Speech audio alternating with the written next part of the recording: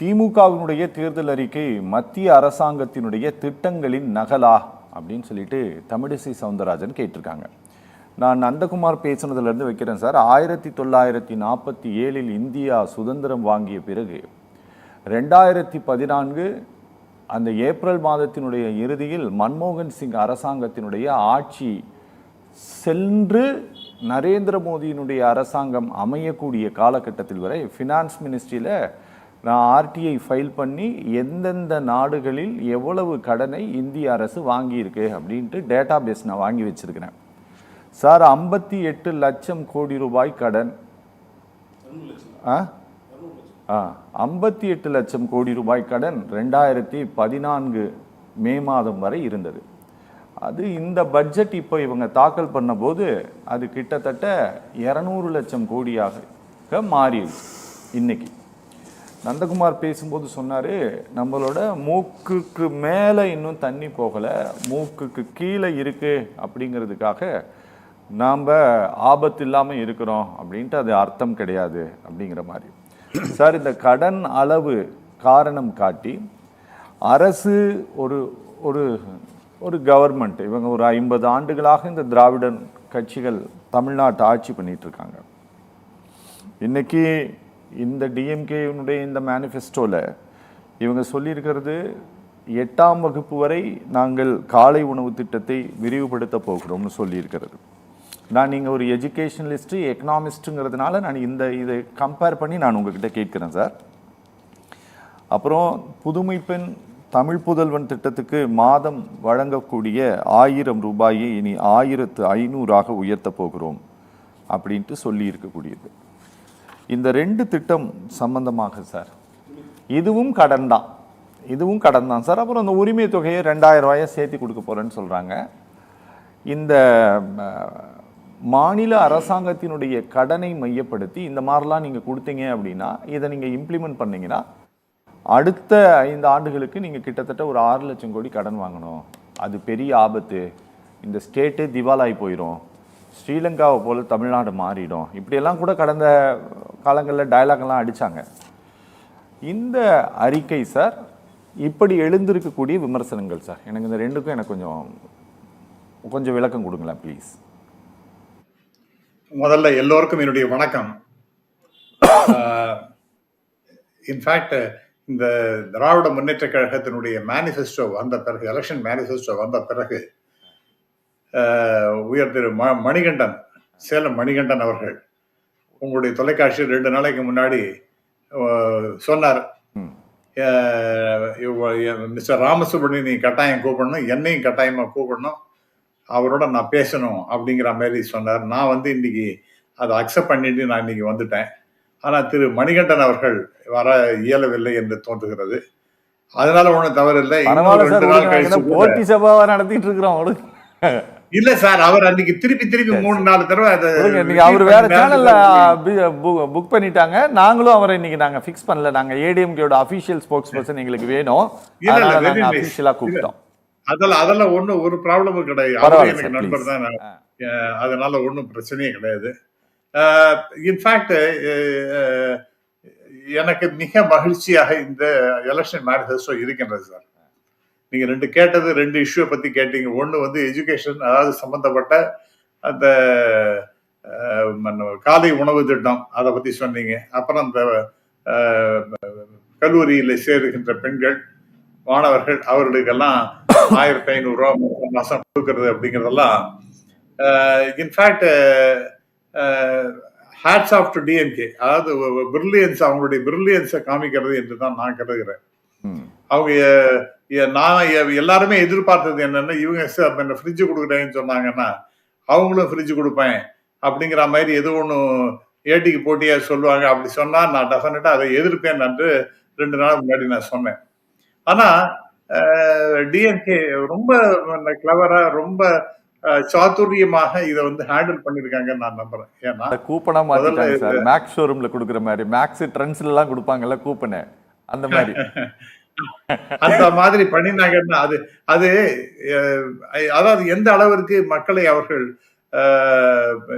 ஈர்த்து எப்படி செஞ்சா அது மக்கள்கிட்ட போய் சேரும் அப்படிங்கறத ரொம்ப ஆழ்ந்து படிச்சிருக்காங்க சார். அந்த குழுக்கு என்னுடைய மரியாதைகள் இந்த வணக்கம். 2021 மேனிஃபெஸ்டோவை பத்தி பேசும்பொழுது அப்பவுமே நான் சொன்னேன், திராவிட முன்னேற்ற கழகத்தினுடைய மேனிஃபெஸ்டோ மிக சிறப்பாக இருக்கின்றதுன்னு. இன்னைக்கும் சொல்லுகின்றேன், அந்த மேனிஃபெஸ்டோ என்பது மிக சிறப்பாக இருக்கின்றது. நீங்க சொன்ன போல எனக்கும் இன்னைக்கு நேத்திலேருந்து நிறைய தொலைக்காட்சிகள்ல நீங்க வாங்க வாங்க உங்களுடைய கருத்துக்கள் தெரிவிக்கணும் அப்படிங்கிற மாதிரி கேட்டாங்க. நான் என்னால சில பர்சனல் ரீசன்ஸ்னால முடியல. ஆனா எனக்கு நீங்க இன்று வாய்ப்பளித்ததற்கு மிக நன்றி. எல்லாரும் என்ன நினைச்சிட்டு இருக்காங்கன்னா, இது ஏதோ கடன் வாங்கிட்டாங்க அப்படியே பிரிம்பில் இருக்கு, அப்படியே மொழி போயிடுற மாதிரி, அப்படிலாம் ஒன்றும் கிடையாது. இந்த தயவுசெய்து இந்த மேனிஃபெஸ்டோ படிச்சு பார்த்தீங்கன்னா 2 இஷ்யூ. ஏன்னா நீங்க பொருளாதாரத்தை பத்தி எனக்கு கொஞ்சம் தெரியுங்கிறதுனால உண்மையும் கூடாது. அதற்காக நான் ஒன்றும் பெரிய இதெல்லாம் நான் காலரை தூக்கி விட்டுக்கிற மாதிரிலாம் நான் பேசுவதற்கு தயாராக இல்லை. எனக்கு கொஞ்சம் தெரியும். ஏன்னா எக்கனாமிக்ஸும் படிச்சிருக்கேன், என்னோட டாக்டரேட் வாங்கியிருக்கேங்கிறத ஒரு ஹம்பிளாக தான் சொல்லுகின்றேன். அடுத்து இந்த இது இருக்கு பாருங்க, சில தொலைநோக்கு பார்வை திராவிட முன்னேற்ற அதெல்லாம் ரொம்ப அற்புதமாக இருக்கின்றது சார். உதாரணமாக இந்த $1 trillion எக்கானமி அப்படின்னு சொன்னது, அது முடியுமா அப்படிங்கிற கொஸ்டின் வந்த போது இப்ப பல ஆய்வுகள் தெரிவிக்கின்றன, நிச்சயமாக முடியும். 2030 முடியாது இல்லைன்னா கூட 2031 தமிழ்நாட்டினுடைய வேகத்தை பார்க்கும் பொழுது, பொருளாதார வளர்ச்சியை பார்க்கும் பொழுது 2031 இந்த $1 trillion எக்கானமி என்பது possible, it is definitely a possibility அப்படிங்கிற மாதிரி நிறைய ஆய்வுகள் வந்து கொண்டே இருக்கின்றன. ஸோ அடுத்ததாக நீங்க பாத்தீங்கன்னா, I am very happy, export oriented ஸ்டேட்டாக இதை மாற்றணும் அப்படிங்கிறத செய்யறாங்க. அதாவது வளர்ந்த நாடுகள், யூரோப்பியன் யூனியன், அதுல இருக்கக்கூடிய நாடுகள் அவர்களோட போட்டி போடுகின்ற அளவிற்கு இந்த தமிழ்நாடு பொருளாதார ரீதியாக எக்ஸ்போர்ட்ஸ் அதிகமாக படுத்தணும். $120 billion it's not a just joke. ஆகவே $120 billion எக்கானமி, அதாவது இன்னைக்கு கிட்டத்தட்ட ஒரு $750 billion எக்ஸ்போர்ட்ஸ் இருக்கின்றது என்றால், ரெண்டுமே மொத்தமா எடுத்துட்டீங்கன்னா அது 12,72 ஒரு 1/6 of the exports from India will be from Tamil Nadu. It is an amazing ஒரு forethought சார். இது முடியுமா முடியாதானா? ஏன்னா இன்னைக்கு எலக்ட்ரிக்கல் அண்ட் எலக்ட்ரானிக் குட்ஸ் நாம தான் நம்பர் 1 இருக்கணும். அதே மாதிரி லோக்கல் யூனிட்ஸ்னு பாத்தீங்கன்னா எஸ்எம்இல இந்தியாவில 2வது இடத்துல நாம இருக்கின்றோம். ஆக இதெல்லாம் நீங்கெல்லாம் பார்க்கும்பொழுது டெஃபினட்டா ஏதோ திவாலா ஆகி போயிடும், மூக்கு வரைக்கும் தண்ணி வருது, அதுக்கு மேல போயிடுவோம் அப்படிங்கிற மாதிரி அப்படிலாம் கிடையாது. ஒரு பக்கம் மிகப்பெரிய அளவிற்கு வளர்ச்சி, இன்னொரு பக்கம் மிகப்பெரிய அளவிற்கு பொருளாதார வளர்ச்சி, எக்ஸ்போர்ட்ஸ் ஆக்மெண்ட் பண்றதுங்கிறது. ஆகவே இது ரொம்ப மிக சிறப்பான ஒரு செயல் திட்டம். டெஃபினட்டா எந்த அரசாங்கம் இருந்தாலும் அவங்க அது கட்சியா நீங்க எடுத்துங்க, எந்த கட்சியாக இருந்தாலும் அவங்க சில ப்ராமிசஸ் எல்லாம் கொடுப்பாங்க. அதே போல மற்ற கட்சிகளும் கொடுப்பாங்க. இது ஒண்ணுக்கு ஒண்ணு சம்பந்தப்பட்டு இருந்தது அல்லது முரண்பாடாக இருந்தது. நந்தகுமார் சொன்னதை நீங்க கொஞ்சம் நானும் இன்னும் கொஞ்சம் தெளிவா நான் உங்ககிட்ட கேட்டலாம் நினைக்கிறேன் சார். இன்னைக்கு போடக்கூடிய இந்த காலை உணவு திட்டத்தை இனி எந்த கவர்மெண்ட் வந்தாலும் மாற்றம் செய்ய முடியாது. எந்த அரசாங்கம் வந்தாலும் இதை நிறுத்த முடியாது. இப்போது வழங்கப்படக்கூடிய புதுமை பெண் தமிழ் புதல்வன் திட்டம், இது ஏதோ அம்மா உணவகம்ங்கிற பெயர்லையோ அல்லது கலைஞர் கருணாநிதியினுடைய பெயர்லையோ இந்த திட்டங்கள் தொடங்கப்படலை. இது ஸ்கூல் ஸ்டூடெண்ட்ஸ்க்காக தொடங்கியிருக்காங்க. இந்த திட்டத்தையும் நிறுத்தவே முடியாது. இனி எந்த அரசாங்கம், ஒரு வேளை பிஜேபி சொல்லி கொண்டிருப்பது போல பிஜேபி கவர்மெண்டே இங்க வந்ததுனால இதை நிறுத்த முடியாது. ஆனா இங்க கேள்வி என்ன வருது அப்படின்னா, இங்க ஏற்கனவே இந்த அரசு பேர்டன்ல இருக்குன்ட்டு உங்களுக்கு நல்லா தெரியுமே, தெரிந்த பிறகும் நீங்கள் இந்த 1500 உயர்த்தி இருப்பதுதான் நீங்க இந்த வாக்குறுதி கூடுதலா நீங்க கொடுக்கறது தான் நீங்க வேணும்னே நீங்க பண்ணியிருக்கிறீங்க, அள்ளி வீசுறீங்க. இது கூடுதல் கடனாகும், இதை எப்படி நாம குறைக்க போறோம் அப்படிங்கிற எந்த திட்டங்களும் இல்லாமல் நீங்கள் அள்ளி வீசுகிறீர்கள் ஆதாயத்திற்காக சொல்றாங்க சார். ஒரு மிஸ்டர் அரவிந்த், நீங்க டக்குன்னு ஏதோ ஒண்ணுமே முடியாது அது அள்ளி தெளிக்கிறாங்க ஒரு ப்ராமிசஸ் எல்லாம். மிகப்பெரிய கடல்ல போய் எல்லாரும் பேசுற மாதிரி நீங்களும் அப்படி இல்ல பேசக்கூடாது. சார், நான் அப்படி பேசவே இல்லை சார். சார் இங்க பாருங்களேன், 1000 ரூபாய் அப்படிங்கிறதே சார், நீங்க மாதம்தோறும் சார் ஒரு அரசாங்கம் சார், யூனியன் கவர்மெண்ட் வந்து ஒத்த பைசாவை கூட சார், 1 ரூபாயை கூட யாருக்கும் டைரக்டா கொடுக்கறது கிடையாதுங்க. நீங்க வந்து 2019, 18, 19 நிதியாண்டுல எல்லாம் பட்ஜெட்ல எல்லாம் 36,000 கோடி ரூபாயாக இருந்தது சார் எல்பிஜி சிலிண்டருக்கான சப்சிடி சார். 36,000 கோடி சார். நீங்க 2025, 26 பட்ஜெட்டை நீங்க தயவு செஞ்சு பாருங்க. எல்பிஜி சிலிண்டருக்கான மானியமாக யூனியன் கவர்மெண்ட் கொடுத்தது வெறும் 100 கோடி ரூபாய் சார், வெறும் 100 கோடி ரூபாய். இன்னைக்கு 24 ரூபாய் கொடுக்குறாங்க. இந்த 24 ரூபாயை நீங்க இன்கம் டாக்ஸ் அசஸியா இருந்தீங்கன்னா உங்களுக்கு நான் தரமாட்டேன்னு சொல்லுது யூனியன் கவர்மெண்ட். அப்போ ஒரு ஸ்டேட் கவர்மெண்ட் 1,31,00,000 குடும்பங்களுக்கு மாதம் மாதம் டான் 1000 ரூபாய் போய் விழுது சார். நீங்க என்னைக்காச்சும் உங்களுக்கு வாய்ப்பு இருந்ததுன்னா நீங்க இந்த போஸ்ட் ஆஃபீஸ் பக்கம் போய் தயவு செஞ்சு பாருங்க சார், வாங்குறதுக்கு எவ்வளவு பேர் நின்றுட்டு இருக்கிறாங்கன்ட்டு. அப்போ நீங்க 1000 ரூபாய் கொடுக்கறதே பெருசு அப்படின்ட்டு இருக்கும்போது நீங்க அதை வந்து நீங்க என்ன பண்றீங்கன்னா 2000 ரூபாயை நீங்க அதிகம் பண்ண போறேங்கிறீங்க. முதியோர் உதவித்தொகை 1,200 இருந்து 2000ங்கிறீங்க. மாற்றுத்திறனாளிகளுக்கான உதவித்தொகை 1,500 இருந்து 2000. மகளிர் உதவித்தொகை 2000 ரூபாய் இல்லையா? இப்போ இந்த நிதியை அதிகரித்து கொண்டே போவது அப்படிங்கிறது தான் இங்க ப்ராப்ளமா இருக்கு சார். நீங்க கொடுக்கறது பிரச்சனை இல்ல, அப்ப ஆசை காட்டுறீங்க. இல்ல அதாவது மன்னிக்கணும் மிஸ்டர் அரவிந்த், சார் இந்த சோசியல் செக்யூரிட்டிங்கிறது சிலதெல்லாம் அவசியம். சரி, சோசியல் செக்யூரிட்டி என்பது இப்ப நீங்க 2-3 ஒன்னை கம்பைன் பண்ணி பேசுறீங்க. அதாவது 1000 ரூபாய் கொடுக்கறது அதை 2000 ரூபாய் மாத்திர அது வந்து பெண்கள் உரிமை தொகை அப்படிங்கிற மாதிரி ஒண்ணு. இன்னொன்னு கல்லூரியில் சேர்கின்ற மாணவர்கள் மாணவிகள் அவங்களுக்கு 1000 இருந்து 1,500 ரூபாய் கொடுக்கறது அது வேற செக்மெண்ட், அது எஜுகேஷன்ல வருகின்றது. ஆகவே அது வந்து என்னவோ 1,30,000 பேருக்கு கொடுக்குற மாதிரிலாம் கணக்கு கிடையாது. சரி, கல்லூரியில சேர்க்கின்ற இப்ப அது எதுக்காக பண்றாங்க? அப்ஜெக்டிவ் இஸ் எல்லாரையும் நீங்க வந்து கிராஜுவேட்டா மாத்தணும் அப்படிங்கிற ஒரு உயர்ந்த நோக்கத்தோட அவங்கள வந்து டிராப் அவுட் இருக்கக்கூடாது அப்படிங்கிற மாதிரி. இன்னைக்கு என்னதான் நீங்க பேசினாலும் கூட நீங்க டிராப் அவுட் அப்படின்னு எடுத்துட்டீங்கன்னா எதுக்கெடுத்தாலும் ரொம்ப பிரமாதமா பேசுற குஜராத் போன்ற மாநிலங்கள், உத்தரப்பிரதேஷ் போன்ற மாநிலங்கள், அதெல்லாம் அங்க என்னதான் தூக்கி நிறுத்தினாலும் பல்விதமான சப்சிடிஸும் அசிஸ்டன்ஸும் கொடுத்தாலும் கூட ஷேரிங் ஆஃப் ரெவென்யூஸ் நீங்க வந்து எடுத்துட்டாலும் கூட அதுல அவங்களுக்கு எல்லாம் அதிகமா கொடுத்துட்டே இருக்காங்க. ஆனா நம்ம குறைச்சுதான் கொடுத்துட்டாங்க. In spite of all this நாம we are very much progressing அப்படிங்கறத நீங்க பார்க்கணும். ரெண்டாவதாக நீங்க அந்த 1,500 ரூபாய் கொடுக்கறதுங்கிறது எவ்வளவு பெரிய, பிகாஸ் எனக்கும் ஒரு ரூரல் பேக்ரவுண்டும் எனக்கு உண்டு.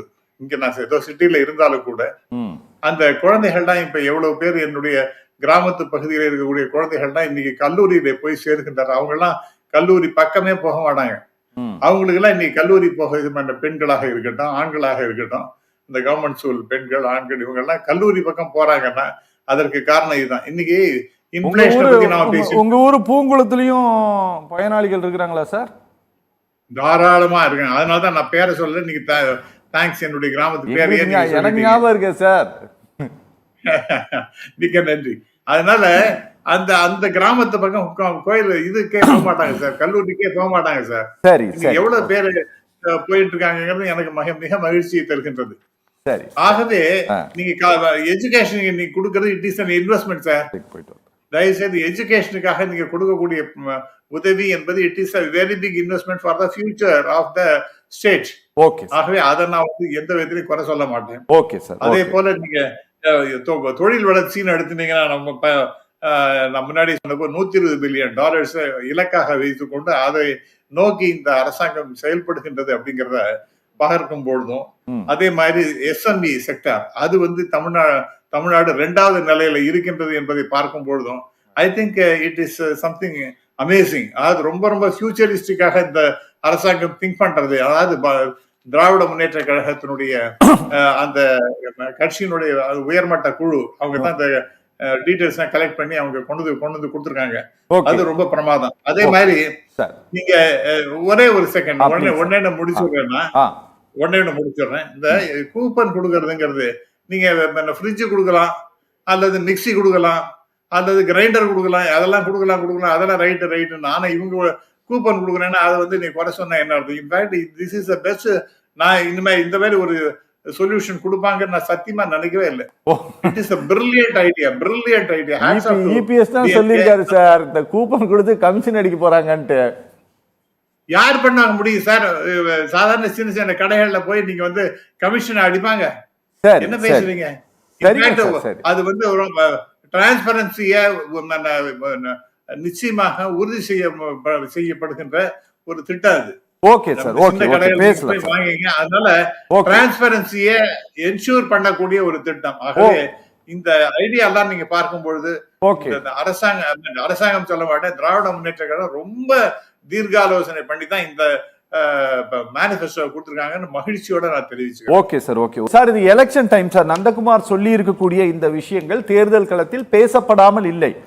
நிச்சயமாக நாம் தமிழர் கட்சியினுடைய தலைவர் சீமானால் பேசப்பட்டு கொண்டே இருக்கிறது. ஒரு பூதாகரத்தை காட்டுகிறார்கள்.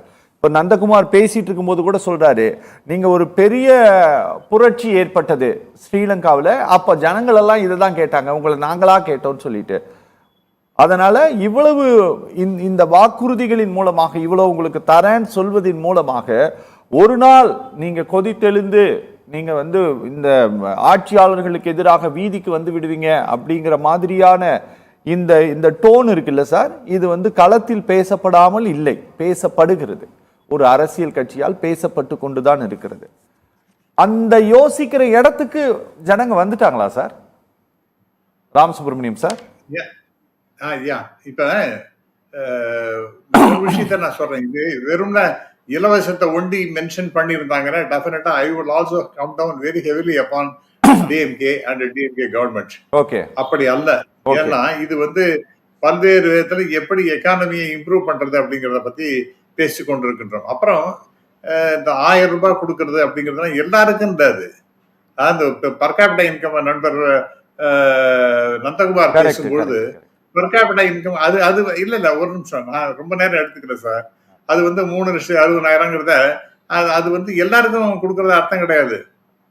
3,60,000 எல்லாருக்கும் அது ஆவரேஜ் அவுட் பண்றது அது. ஆனால் இந்த 1000 ரூபாயோ அல்ல 2000 ரூபாயோ எல்லாருக்கும் சகட்டு மினியா கொடுக்கறதுங்கிறது கிடையாது. யாரு அதுக்கு தேவையாக இருக்கின்றது அதுதான்.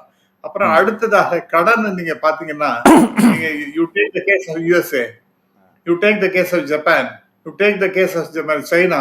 இந்த கண்ட்ரிகளுடைய கடன் எல்லாம் நீங்க பாத்தீங்கன்னா எல்லாம் 120, 200 அந்த மாதிரி போயிட்டு இருக்கு. அவங்களுடைய ஜிடிபிக்கும் கடனுக்கும் சம்பந்தமே கிடையாது. அந்த கம்பெனி அந்த இது நீங்க வந்து ஸ்ரீலங்காவோட கம்பேர் பண்ண முடியாது.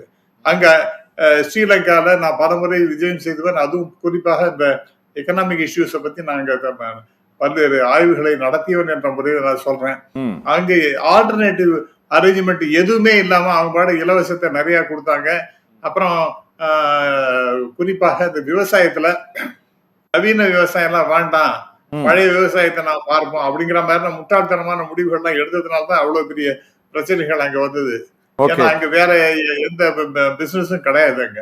ஆகவே இந்த ஆங்கிள் நீங்க எல்லாம் பார்க்கும்பொழுது இன்னும் இவங்க வந்து இலவசம் அப்படின்னு சொல்லிட்டு எல்லாரும் இது நான் முன்னாடியே நான் சொன்னேன். அது 2-3 நாள் முன்னாடி கூட Scandinavian countries they are all suppose to be rich countries. அந்த கண்ட்ரிஸ்ல கூட சாதாரண சாமானிய மக்கள் அப்படின்னு இருக்காங்கன்னா அவங்கள தூக்கி விட வேண்டியது அரசாங்கத்தின் கடமைன்னு சொல்லிட்டு நீங்க இப்ப 1000 ரூபாய் இந்த பணம் எல்லாம் கொடுக்குறாங்களா, அது போல அந்த நாட்டிலையும் கொடுத்து கொண்டு இருக்கின்றார்கள் அப்படிங்கறத நான் சொல்ல விரும்புகின்றேன். ஆகவே கடையனையும் கடை தேற்றுதல் அப்படிங்கிறது அரசாங்கத்தினுடைய கடமையாக நான் பார்க்கின்றேன்.